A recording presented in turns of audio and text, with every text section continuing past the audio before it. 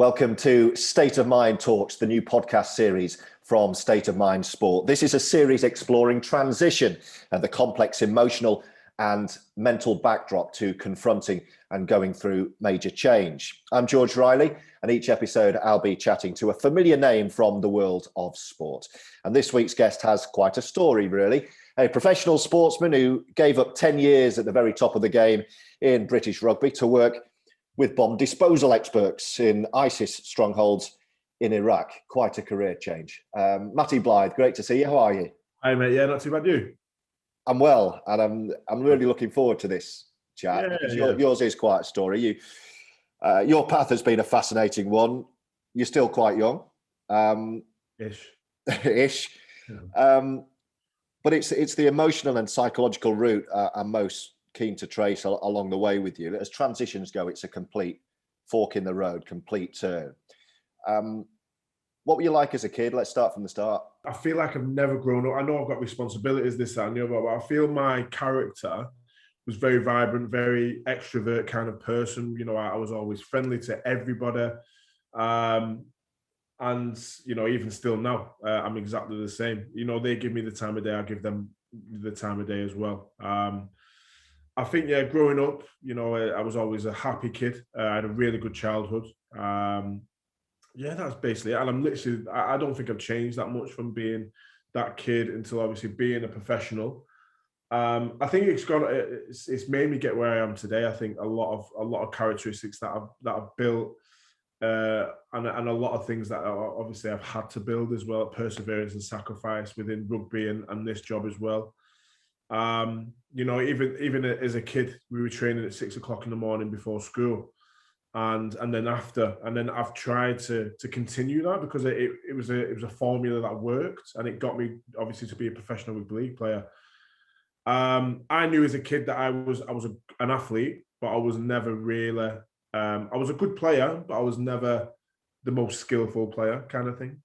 So as a kid, I knew I had to basically work, do that 6 o'clock in the morning, go to school or work, and then do it at night as well to work on myself, to work on the attributes that I needed to work on fitness and that as well. And it paid off. It did pay off. I think obviously attention to detail that I knew that I needed early on as a kid, to be fair, really, really early on. Because the age group that we had was really, really good. Really, really good. And obviously I was skill-wise, I wasn't there, but determination and sacrifice that I tried to do as a kid and then try to bring it into even to this profession as well, mate, has helped so far, definitely.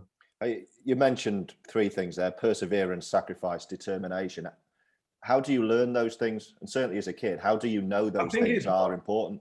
Yeah, I think it's that determination towards a goal. I think it's if you've got that goal in sight and you can see, like, it's, you know, you can see people living your dream. So I went to Beaumont High School, and Warrington Wolves used to train there. And you just seen them coming in every day. They were playing rugby outside. They looked like they were having fun, this, that, and the other. And I wanted to always be a part of that. And that was where I wanted to do. So I knew I had to sacrifice, you know, a little bit of childhood, maybe. I still had a very, very good childhood. I went out with friends, this, that, and the other. But I still thought, I think I had to sacrifice a little bit of growing up towards playing rugby. And obviously I went to college and things like that as well. So I think it was just that sacrifice towards that goal. If you can feel like, if you want to reach that goal, I think it's something that it builds on you, the sacrifice. So once you start doing that and you can feel that, you know, you can see your body changing, or you can see your mindset changing, it makes everything, you know, you're going in the right direction forward. And I think that's how I've actually, as a kid, was trying to go towards. Each step at a time was getting me closer to that goal. And sometimes you have a backward step, but then it's that transition going forward as well. That's a really positive attitude. You're talking about a young kid here. Now, most youngsters, I'm talking as a guy who wanted to be a pro footballer and failed. I wasn't really aware of the importance of those things. Most kids will have to be told those things. Guided, right? This is what you need to sacrifice. This is the hard work you've got to put in. Yeah. But somewhere along the line, you found that within yourself, right? I think because it worked. I think I was lucky enough to go, right, I was an okay rugby league player as a kid. But I was seeing the guys that even I was playing with, and I wanted to be there 100%. I wanted to be at the, you know, I had not a pushy family, but again, someone that was just saying, right, we need to do this, this, and this. But I know what I needed to do to make it to be, you know, a professional. I knew what I needed to do, and mentally it was tough because obviously with sacrifice becomes, you know, you're going to get knocked along the way, regardless of that, because you could sacrifice, you know, a lot of things in your life, and someone's just always going to say to you, you're not good enough, or you're not that, you know what I mean? And then that's a big backward step.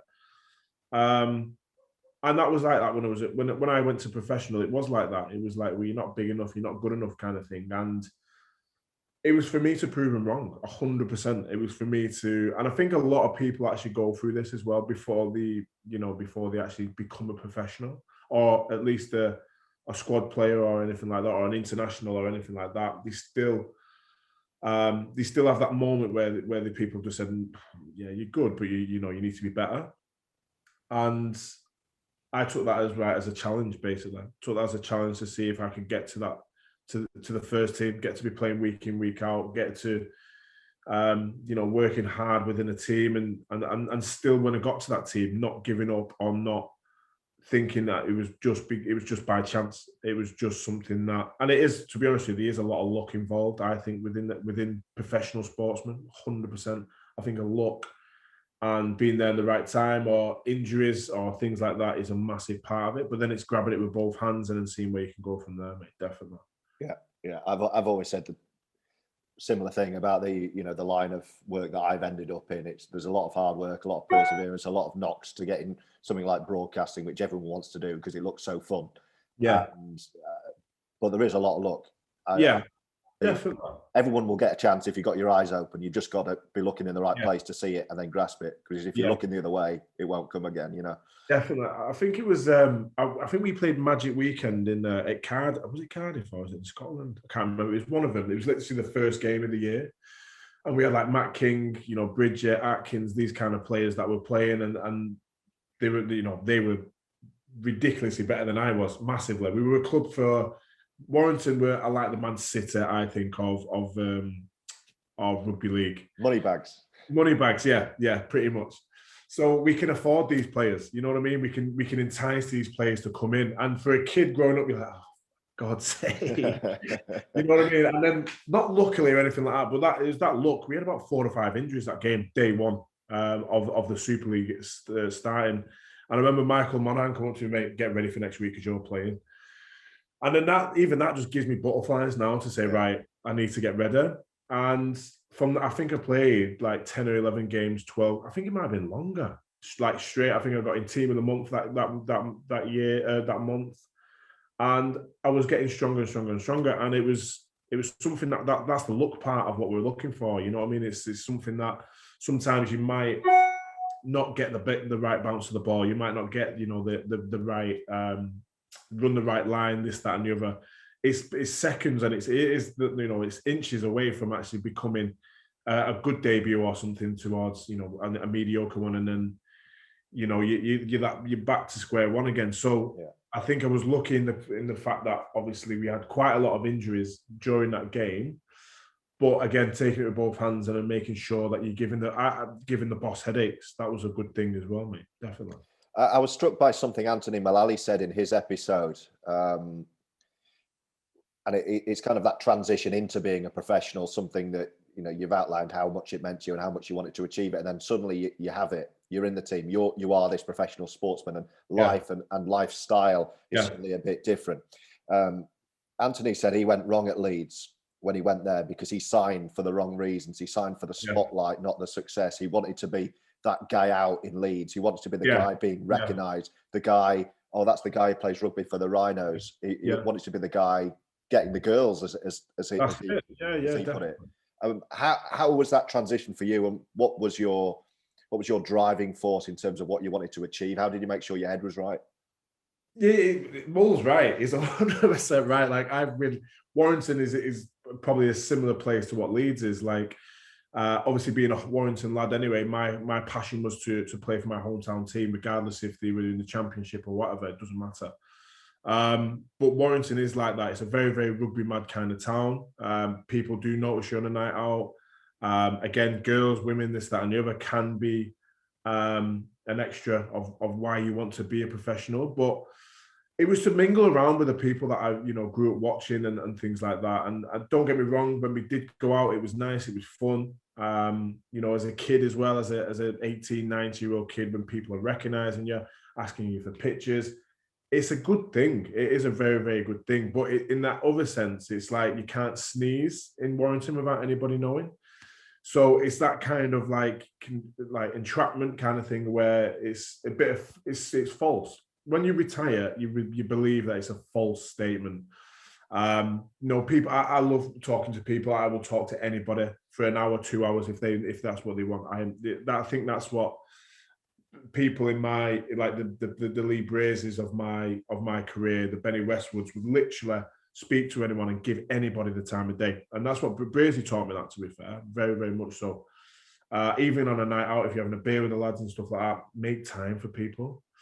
So I learned a lot by obviously the guys that were going there, but the force of going out and things like that wasn't a massive thing for me. It was nice, but I wanted to go there because it was good for me. It was good for my family. A Warrington kid going into playing for Warrington was, something that I always wanted to do since a kid. So that was my motivation going forward. And just being a part of the group, mate, being a part of the lads. I mean, it's just a couple of times I've heard that from players about, the drive to achieving career.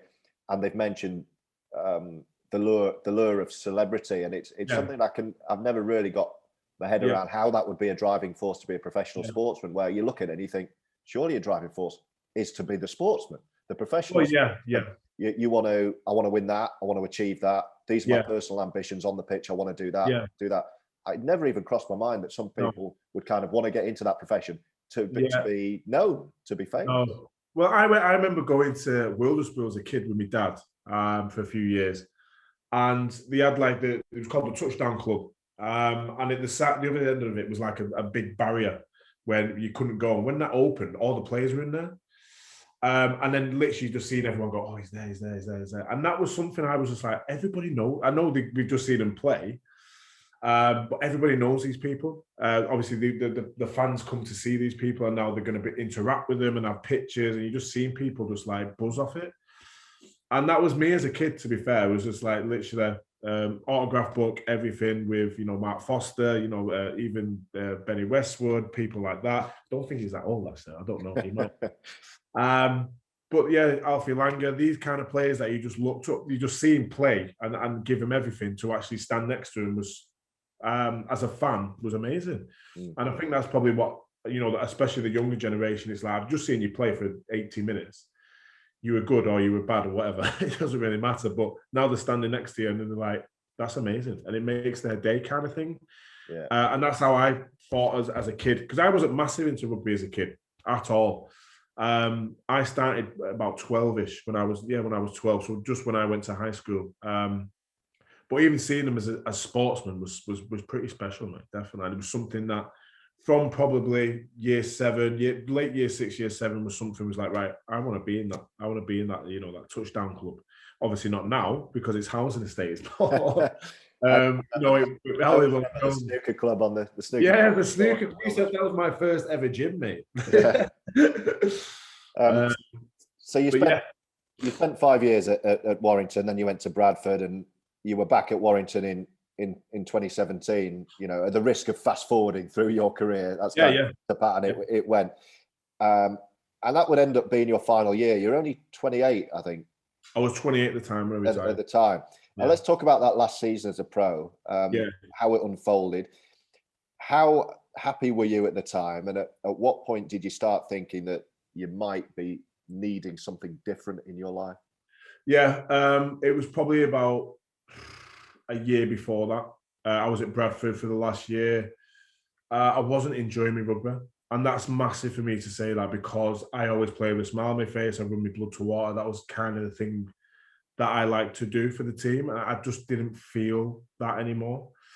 I did my shoulder in one of the games. I had a shoulder reconstruction just before I went to Warrington, and And even at Warrington, like I love Warrington to bits, and I was just going to go to Australia as do a feeder team over there or something like that. I was speaking to a club over there. They said, "Yeah, more than happy to have you over." And then Warrington, Richie Mathers actually rang me on my way to Bradford and said, "Will you meet with Tony?" I said, "Yeah, 100%, that's fine." So I met with Tony and just Tony, I think. Yeah, I'm Fitzpatrick as well. So I met with the CEO, and he said, "We want to have you back. This, that, and the other." And I said, yeah. And I think I said yes for the wrong reasons. And that, again, was just to be a part of Warrington, to be a part back in my hometown club. But I left for a reason as well, because I wasn't getting that much game time. And when I went back, it was exactly the same. Bear in mind, I do love Warrington. They give me another chance, this, that, and the other. But I went for the wrong reasons, as it was my hometown club, if that makes sense. They were amazing. Always the club's amazing, but at the time, I felt like I was just a squad player. Even though the guy that I've just had, he's just been in Bradford for 4 years, he's gone through administration, he's gone through promotion and, £1 million games, this, that, and the other, and I've had a lot of experience. I felt I was just a bit part player there. And that's just my personal, this might not have been it at all, you know what I mean? And I'd struggled. I struggled a lot because I didn't like the gym anymore. I hated going to training. And that's not because of Warrington, it's just the mindset that I was in at Bradford me last year. And I knew I needed something different. And luckily and amazingly, Warrington gave me some educational money. And then within seconds of, signing that contract, I went on a close protection course. So there was a massive reason why I went there. I'm glad now I've went there, because looking back, I probably wouldn't have got the opportunities now that I've got.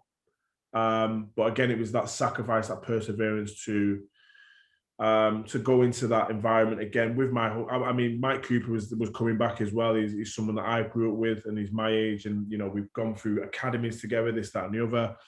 A lot of my friends are still there that I speak to, and it was amazing. It was amazing, but I just, even through all that, my game was just never the same at all. I didn't enjoy playing. I hated playing. Putting the jersey on was always a proud moment for me, but I hated rugby league at that time. I loved rugby league to watch and to review and to look at, but as part of playing it, I was way gone, way gone. And it's bad saying that, but I think everyone goes through that part of the career, and it's, do they get past it, or do they just go, right, I need something different? Because I miss, biggest part of my attribute, my character is just smiling, being happy, being persistent, being the person that everybody knows I am. And I was like that, but it was completely false. I had to put a massive front on, and I didn't enjoy it. It was draining. It was massively mentally draining. So I knew I needed something different in my life, definitely. And that's basically it, mate. It was a hard transition from going to Bradford to Warrington rather than it was from Warrington to close protection. I think it's because I didn't want to be in this environment anymore. Why did you feel, Matty, that you had to?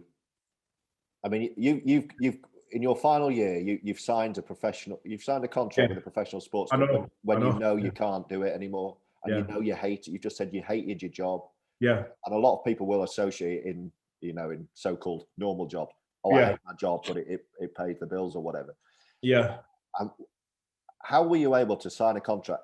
And why did you feel that you had to put up a front rather than telling people, you know what? I absolutely hate everything. And it's making me. I think it's again. I think what blokes go through is a lot of pride that we try to go through. It's a lot of things that we are rugby players. We are strong physically, but mentally, it's difficult. It can be difficult, like getting knocked back or getting this or not getting the right contract, and making these sacrifices and everything and determination sometimes will not pay off, but then it keeps it going. And I got to that point where we've done a lot. I wanted to stay at Bradford at the time, but they just told me there was nothing there for you, so I was just like, right, okay, crack on.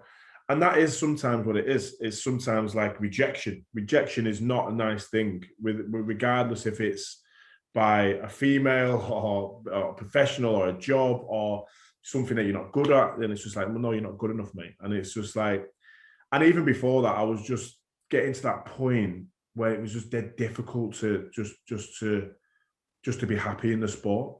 And even going to the gym's my favorite part of being, you know, I get to train and get paid for it. That's just the best thing in the world. And then play against playing 10,000 capacity crowd, you know what I mean? And it's, people will say, well, it's fine, don't worry about it, you'll get through it. But some people just don't, and it is a difficult thing mentally to go through, definitely, 100%. And I ended up speaking to a few counsellors and things like that within State of Mind and Rugby League Cares and things, and just to try and get me back on track and why I'm feeling what I'm feeling. So you kind of overlapped. You had Yeah. your transitional plan in place. Yeah. If you didn't have that in your final year, do you think you would have played on, even though you'd mentally down tools as a sportsman and you hated it? I would have retired, mate. Yeah, I think I would have retired. For me, my health is the biggest thing. I hated not feeling the way that I always felt within rugby and in my personal life. I would have retired. It would have been pointless. I would have rather hurt myself or somebody else because I'm that agitated. It only takes one tackle. It only takes one something to, you know, for your head to just explode, basically. And it was just something I wasn't enjoying myself. And I'm obviously glad that I've obviously gone through this transitional period now, because it's made me a mile stronger as a player, as a professional, and as a person, mate. Definitely. When you reflect on your career and the time that you've spent and devoted to the sport of rugby, of rugby league, what do you feel? Is there pride? Is there satisfaction? Is there anger? Is there frustration? Is there resentment? What kind of emotions are there? I mean, 100% pride. I'm proud of where I've come from as a kid to where I was. I'm playing a second for the first team at Warrington was more than enough for me, which was actually the case for my debut. But it's fine. But no, I'm proud of the person that I was when I was really good at playing rugby league. And I'm proud of the person that's just gone, you know what? It's not the be all and end all, rugby league. You've got a life after rugby league. Like, we're not, I don't even think, you know, I don't know, the bigger, you know, the more expensive kind of players, the marquee kind of players, they're not going to be able to retire after rugby league, and they get paid a lot of money. You know what I mean? And it's this transition you need to make sure that you've got things in place. And I'm glad that I was proud, and I've just come out probably a little bit later, but I'm glad I went to Warrington to some extent to then, you know, as a catalyst for my career going forward, mate. So yeah, no, 100%. There's no, I'm very, very proud of where, of wearing, you know, the Primrose and Blue and playing for Bradford, you know, a massive club. They looked after me. They did really look after me. And then going back to Warrington, so on paper, I've had an amazing career. But it's sometimes you just get to that little bit of a crossroads where your head just goes, right, I'm not enjoying myself. Which way do I go? Do I carry on the way that I'm going, or do I change something along my path? It might be a long journey, but it might be something worth when you get to your destination, mate. We'll talk now about career 2, but just one last point on career 1, if you like. Yeah. What do you remember about your last game? Oh right, yeah, my last game. So mine was Cass away, and I was coming back into the team. I had a back injury and a shoulder injury and hamstring injury, so I was riddled with injuries anyway. But yeah, so I was like, right, okay, let's go, let's crack on here now, let's get into this. And I was happy that I was playing. Bit anxious, you know, I was very, very anxious. I'm really an excited person when I'm playing, so. It was, I was very, very anxious. So it was Cass away, 3 minutes brought me like done. so yeah. So I've literally made a tackle. I've tried to come around. I can't remember if it was Lynch. I can't remember. And my legs just planted and it's gone literally the other way. But it was the capsule was at the top of the knee. So you couldn't operate on it and you just had to wait for it to heal. So I strapped it up, went for a little run, and Tony said, can you play? I said, well, I can run straight, but I can't move laterally. So that was me done, mate. Done. Told me I'd be out for about 4 months because you're just going to have to, it's a weight-bearing injury. You're done, mate. And then I did actually tell Tony probably a couple of weeks before that I was retiring anyway. So yeah, that was me. That was my career done, mate. So I'll talk about going out with a bang. Blimey. True story, mate. Yeah, broken leg 3 minutes in. Yeah. And your first, I mean, talk about career number 2, you'd negotiated this gradual transition. You'd been doing your training in close protection while you were finishing off as a professional, a rugby player. And then you took your first job. I mean, talk about going off the high board. Yeah. Sink or swim start to your new career. Your first job was to go to Iraq. Tell us how that proposal arose and what was your thought process in saying yes? So I've always been interested in security. Even as a kid, I wanted to do close protection, but I was always told that you had to be ex-military, and it's only ex-military that does this from jobs. And I was like, no, I'm not going in the military, not a chance. And then I knew somebody from Bradford that were really interested in the club, and we got to know them. And he said, well, my partner's in security, this, that, and the other. Why don't you have a chat with him? So I went down to Bradford, had a chat with him, this, that, and the other. And I said, mate, I'm retired. I've literally just told him I'm retiring. I've got my badge. I'm literally doing my medical qualifications in the next couple of weeks. And he said, mate, 100%, 100%.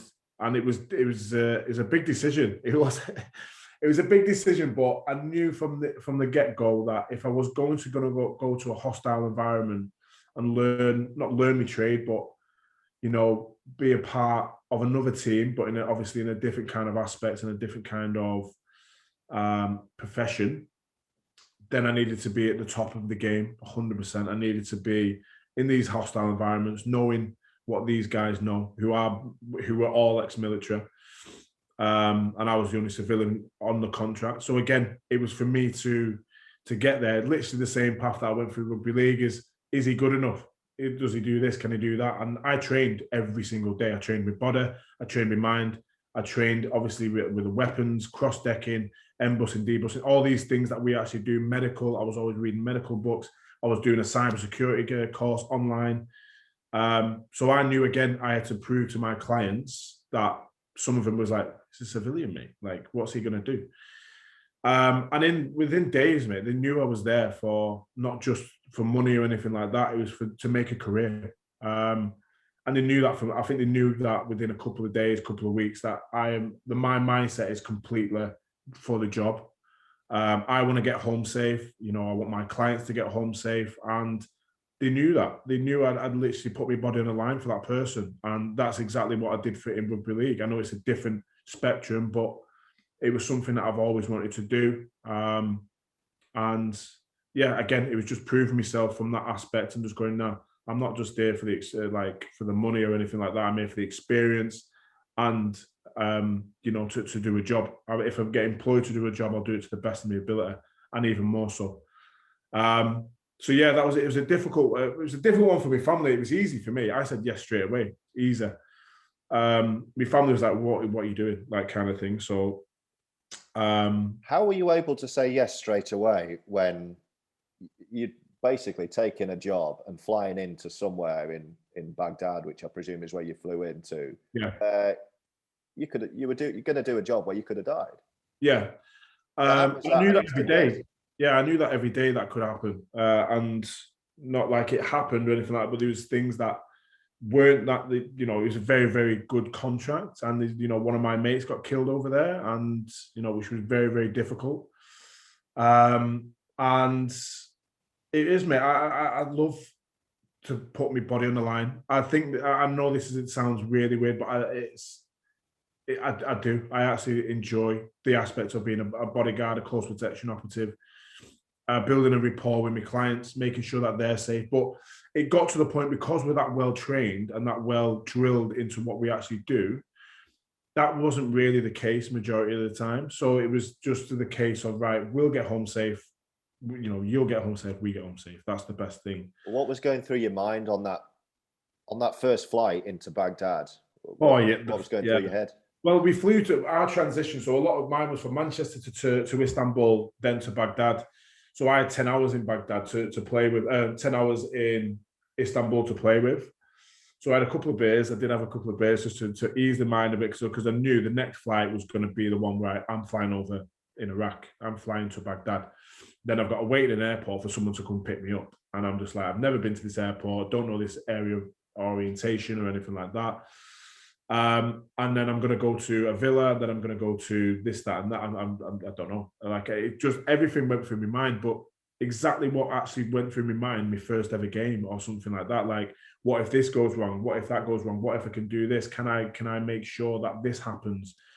So it's draining, but everything was just ticking in my mind. And as soon as I got there, it was fine. It was fine. At first, I was like, what am I doing? As soon as I got on that flight, I was like, nah, I've made the wrong decision. But no, mate, as soon as I got there, as soon as I landed, as soon as I seen the guy that employed me to do my job, everything was fine. The more anxious I was that how the lads would accept me.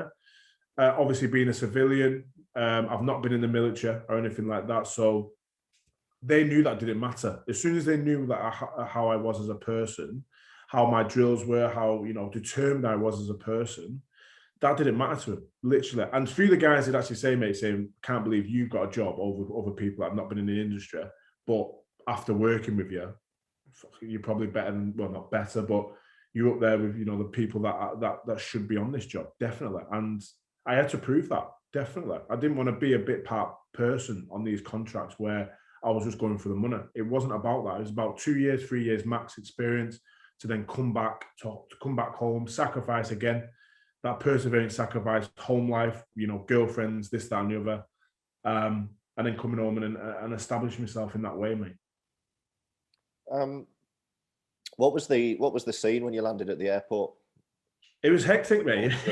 Because I had to get a visa, so my visa's all gone through. Then I have to fill all these forms in, get the visa, get my luggage, wait in some area where the guys had come pick me up, and I was just like, I had no phone, because obviously it was my phone wouldn't work over there, so I had to get an Iraqi SIM. So I got that like literally 4 or 5 days after. So luckily there was a guy that was on the same contractor that I was, and he was a medic. And I think he's been Afghanistan, Iraq, all these hostile, a little bit of Africa as well. So he was a pretty calmer than I was. I wasn't like flapping or anything like that, but it was the point that everybody's literally thinks this is normal, but it's not. It's literally something pretty less normal, to be fair. But yeah, by that first day, mate, I was fine. Well, literally my first ever mission was on my birthday. So the day after was my birthday, and we went to a factory where ISIS took a stronghold on this and did a massive belt of IEDs. And I was getting taught just little bits of what to look for, area orientation, things like that. And some of the clients as well just saying what to find. And some of them are saying, well, this is what you can find. You might not see it on the floor. And I'm like, oh, that's nice. That's very, very nice. Fantastic. But yeah, that day we lasted we do about 4 to 5 hours on the ground. I went back and I slept for 16 hours straight. 16 hours. I was gone. Literally, my head was drained completely. Just dynamically assessing things for the first time in that kind of environment and being around, local nationals and my new teammates. Everything was so draining. Driving B6s, armored vehicles, and obviously wanting to make a good impression. So I was nervous, 100% more than so than obviously being out on the ground, because I wanted to make a good impression. But yeah, like 16 hours, mate, straight. I actually slept in my clothes till the next day, done, which was weird, which was pretty weird. But from then, mate, I was sailing. It was good. I loved being a part of the team. I had jobs that I needed to do that I did them efficiently. I thought I was a good operative, mate. I hope people who actually do watch this are going, yeah, no, he was shit. But no, but I enjoyed the transition and going into Iraq straight away. A lot of things, ups and downs when I was there, but it's a different. What were the ups and what were the downs? So promotions and things like that was really, really good. Being trusted to do certain things within the team after 2 years, and literally one of my clients, he was my client probably like 18 months. I was client, but he was literally one of my best mates over there. We went over to a place called Al Assad, which is a massive compound for Americans, literally where all the military were. It's massive, absolutely ridiculous. I had a subway on there and everything, the sandwich shop. It was ridiculous. And we were there for 18 months doing tasks and missions up there down Anbar. And yeah, so when I was on leave, I got a message to say that he's been killed in an IED when he was obviously trying to detonate it. And this is what we got. All of us got like a little memorial bracelet and stuff like that. So that was massive, because I've never really experienced someone really that close to me that I spend every day with being killed just like that, like it was nothing. And that was difficult. It was. I didn't at the time. I was just like, right, okay, it's part of the job. It's this. It's this. It's this. But no, it was a difficult. I just didn't know. I was at home as well, so I was on leave. I had 4 weeks on leave. So one of my team leader messaged me saying Brandon's been killed, and it was just like, oh fuck, I just didn't know how to deal with it. I was angry, I was upset, and it was just, I'm never going to see this guy again. You know what I mean? And it was difficult. So that was probably the worst, the worst thing that we actually went through. And then obviously we have a lot of threats in that daily, but they're fine. We deal with them every single day when we were there. There are so many layers of grief in an event like that. The shock and the loss of someone who became a very close friend to you, but hugely impactful on your own life. Yeah. In that it's the line of work that you're doing, and it must surely have made you question everything that you had been doing and were going to. Yeah, well, again, because it not coming free or anything like that. We were, Iraq were having problems with other countries, as you can imagine. So things were happening through there. We were in lockdown for God knows how for a little bit, because we had a lot of indirect fire into camp and stuff like that. And one of my drivers got killed as well whilst I was over there. So again, it was a local national. And I loved the job. I actually love it. I'd go back tomorrow if I could, or if they asked me, 100%. It was just time for something different. I only wanted to stay there for 3 years, max, just to gain experience and then come home and then start me, obviously, executive side and TSEM and surveillance, because I've started from nothing, from having no experience, a couple of executive jobs whilst I was playing rugby league. But if I could go to the heights of being a hostile environment, then obviously not having ex-military on my CV, well, very, very little military on my CV was priceless, massively. It's still priceless today. People have been in the military and not, been to Iraq this time. But I've actually been on the ground for 2 years. So it's something that, again, it was that what we talk about all the time now, is that sacrifice towards your end goal. And again, teaching. So even now, like, if I was going to do the executive side, it'd be nice, but the experience that I can get from being overseas and then being in these environments more was, it's worth its weight in gold, 100%. What kind of person landed back in the UK 2 years later then? I was different. I was definitely different. It took me a while. I hated coming back to civilian life, if that sounds stupid. Like, I only spent a maximum 3 weeks at home after doing 3 or 4 weeks, and then did 2 months in Iraq. So I did that for two and a bit years. And I hated I hated the first world problems. I hated it. At first, I was home for longer than a couple of, like, 4 weeks. And I never thought I'd be like this. It wasn't like PTSD or anything like that. It was more to the fact that people complained about the most stupidest things. When people over in Iraq, where we were giving them crates of water, and they're the happiest people in the world. People that we went to places, buildings that dilapidated beyond repair. I don't know how people were actually living in them. And we're going around to communities and UNICEF and things like that and giving them crate of waters, and they're the happiest people in the world. They've got a massive 50 caliber bullet or a round in the house, and they're not bothered. They're just literally going, and people are worried now because, like, they can't go to Nando's during a pandemic. So that really got to me a little bit, and it got to me. I was just like, I don't know what you're on about. Like, you don't understand. These guys in Iraq don't have a clue how we live. Literally, we are the luckiest people on the planet. We have one of the best countries in the world that we live in. So that annoyed me a little bit, but I was still the same person. I just thought, I just didn't want to give up, or not give up or anything, but just to maintain a healthy lifestyle, 100%. And continue my personal development, and just to sacrifice. But if I don't know, I didn't change that much. It was just more the first world problems really annoyed me. Yeah, well, I think what you're saying is that giant and very scary leap and transition that you took on has given you this deeper perspective on life, and a perspective on life you wouldn't have had or you didn't have before you went. It's changed your outlook.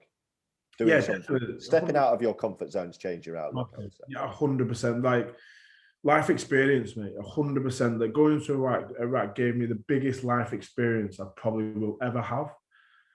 Going into a hostile environment where, it was absolutely insane. Absolutely insane. The things that you've seen and things like that or heard of, and that will come in. Like, again, we were pretty safe most of the time, like 90% of the time, 100%. Like we were pretty safe. And I'm saying we're in a hostile environment, and these are collectively over a lot of time when we went through all this stuff.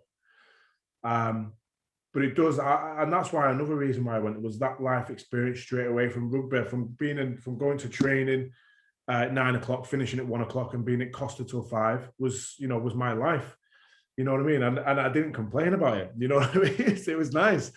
But from doing that, from obviously going into mission, going through Baghdad, this, that, and the other, or, a bit further north, yeah, it was changed. It was a bit of massive change to go into a coffee shop on site or something like that, which was definitely different. But I loved it, mate. Absolutely. I would never. There's things that obviously that I've heard and things like that, but my experience and the guys that I met over there, absolutely amazing. Clients as well. I don't like to call them clients because they were literally friends, but they were obviously the rock stars. They were the maniacs who were trying to disarm these IEDs. But yeah, no, and I still speak to him today, and I have on LinkedIn, Facebook, and we still message, still ring. I still see the guys as well. I mean, we'll be catching up very, very soon as well, because it's 2 years nearly since we lost one of our colleagues. So we'll be getting together and having a beer, and things like that, mate. And I think it's good that we can do that, definitely. And what about transferable skills? I've read a lot of your interviews about this voyage, and you say, there's lots of transferable skills between playing rugby and working in close protection in hostile environment. What are they? I think, mate, I say it all the time. I actually say it to people that are trying to come on the course as well, that are coming from the military or police or fire service, or even a civilian job, mate. I think there's a lot within close protection to obviously to get to your end goal. There's a lot of planning, there's a lot of preparation that goes involved with it. It's not just going out and standing next to someone for 12 hours or something like that. There's a lot of dynamic assessments that we need to go through, risk assessments, threat assessments, a lot of interpersonal skills as well, massively. Interpersonal skills is one of the biggest attributes you can have as a CPO. And I've said this to people that I've taught. If you give people the time of day, they will give you the time of day back, 100%. So you need to be, good communication skills, which I think we do have as rugby league players. And planning, we prepared. Not one team is the same in Super League or in a championship. So we know their threats, we know their weaknesses, we know how we can expose these weaknesses, and we put a plan together. And then we want to obviously get to the final end goal, which is the win. And that's basically what we do as CPOs. We plan and prepare movements of our clients, our principals, threat assessments on risks, on buildings, route reconnaissance, this kind of thing, so we can go home safe and they can go home safe. And that's literally just a little bit of change, but it does. I remember, is it Jamie Jones Buchanan saying, we might not have degrees in education, this, that, and the other, but what we do is we do have these skills that we've had since we were kids, and ones that we probably have better than probably majority of people who've not been in a sporting environment, like you sacrifice, perseverance, determination, interpersonal skills. You can't get a degree for that, you know what I mean? And it's something that it's the lived life experience. It's 100%. It's very similar. When I do some of my work in mental health and stand up and give mental health presentations, I'm very aware that I'm not a doctor. I'm not a psychotherapist. Yeah. But I can tell you aspects of my life that have been hard. I can tell you what drove me to, at times, think about taking my own life. I can give you, I can share those experiences. Yeah. And a lot of time for those living something similar, it's just as valuable. 100%, mate. I totally agree with you. I think you might be good on paper, but you have the knowledge and experience that we've gone through as players. 100%. I think, like I said before, there's no degree in rugby league. You don't get like a master's in rugby league. But if there was, I think people would be employed straight away, because it does show determination. It shows a lot of attributes that we gain through. And we can actually, the determination that guys going through injuries as well, mate. Like people, I've had career-threatening injuries, this, that, and the other, and to get up to go, right, I'm going to do rehab on my own for the next 6 months. That's fine, and get back to where we're going. I know a lot of people would give up. I know a lot of, not civilians or anything like that, but average people. I know it sounds bad, but people will give up, and I know a lot of people within the rugby league profession, we just don't know how to, and even when we want to, our head says give up and our bodies just won't. And that's something that I've had to get a bit of a middle ground to go, right, okay, my body can do it, but my mind's not, so let's just cut it off now and then do something different. Just a couple of questions to finish with. I mentioned working in mental health. I talked to a psychotherapist in the last week or so and mentioned your story in this podcast project I'm doing. And he wondered whether your case study was a case of kind of grasping hold of transition rather than managing it. It was kind of like, right, there's an opportunity, let's go. Do you think that's fair? I think that's fair. 100%, yeah. I think I've always wanted to do this, I guess, in security. I've gone straight into it, 100%. I've literally leapt and I'm still keeping hold of it. So the point of grasping onto something, I've always wanted to do it. So I understand that, that's fine. But yeah, no, it's something that I knew I'd be good at. So yeah, that's basically. So the follow-up question, therefore, is what might stop us taking that leap? You say quite candidly, I took a leap of faith. That was my experience of transition. Anthony Mullally, again in his episode, says it's attachment and fear that stop us making a big change, and that's why we don't all do it. What do you think?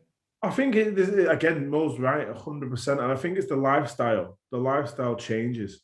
Your lifestyle does change quite a lot. Once you retire, your lifestyle does change. It's scary. It's like, right, I'm not going to be on the same money that I've been on previous years, or people are not going to recognize me. And I know a lot of people when they retire, there's a lot of boxers out there that do exactly the same. I think Ricky Hatton's a really good one to give an example for. When he retired, or when he knew he was retiring, he went to his mental health, deteriorated. So I think it's something where, I think it's just something that you just need to grab hold of and just take as much as you can out of it. 100%. Take as much as you can out of rugby league and just or any profession.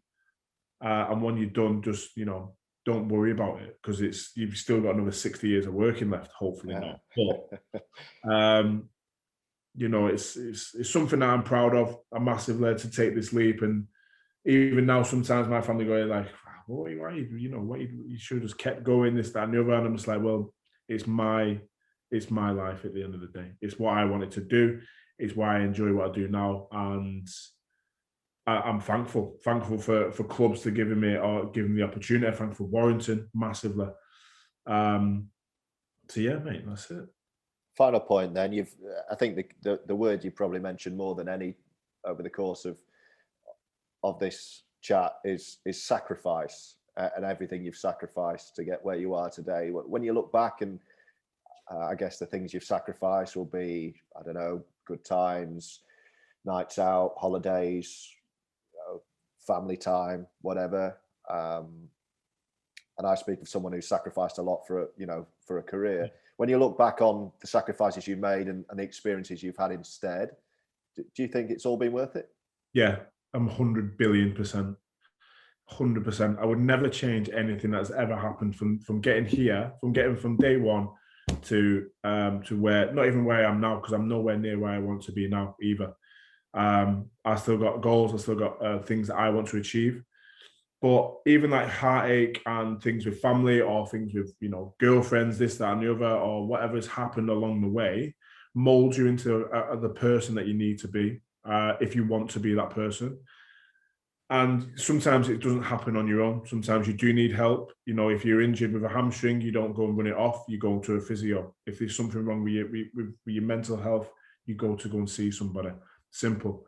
And 100%, I would never change a single thing that's ever happened in my career or my career so far. Life goes on. Life moves. People go. People die. This, that, and the other. And I know it's a bit deep, but, you know, it is what it is. I've had two different, like you said, I've had one a professional career and another that are completely different. So for me, going forward, there's not a single thing I would have changed. And I've you know, it's not been the most steadiest of career with injuries or private life and things like that. And like, this is the only thing that I've always said to people is, if your private life is okay, is doing well, your professional life will just go the way that you want it to go. I think if your home life and the way that you go about things, you eat right, this, that, and the other, in your private life, your professional life will take care of itself. I've always been a massive attribute of that saying, I've always said that to people, saying, you know, and there's times in my career where that's not happened, and then obviously your career doesn't go as well. So yeah, again, not a thing had changed, mate. I think it's time to go because my cat's just come in. Oh, it's going, where's my food? Wilfred wants feeding, so we'll leave it there. I've loved chatting. You've been a great guest, Matty. Hey, amazing, mate. Not a problem at all. Thank you very much. Take good care, and we'll see you next time.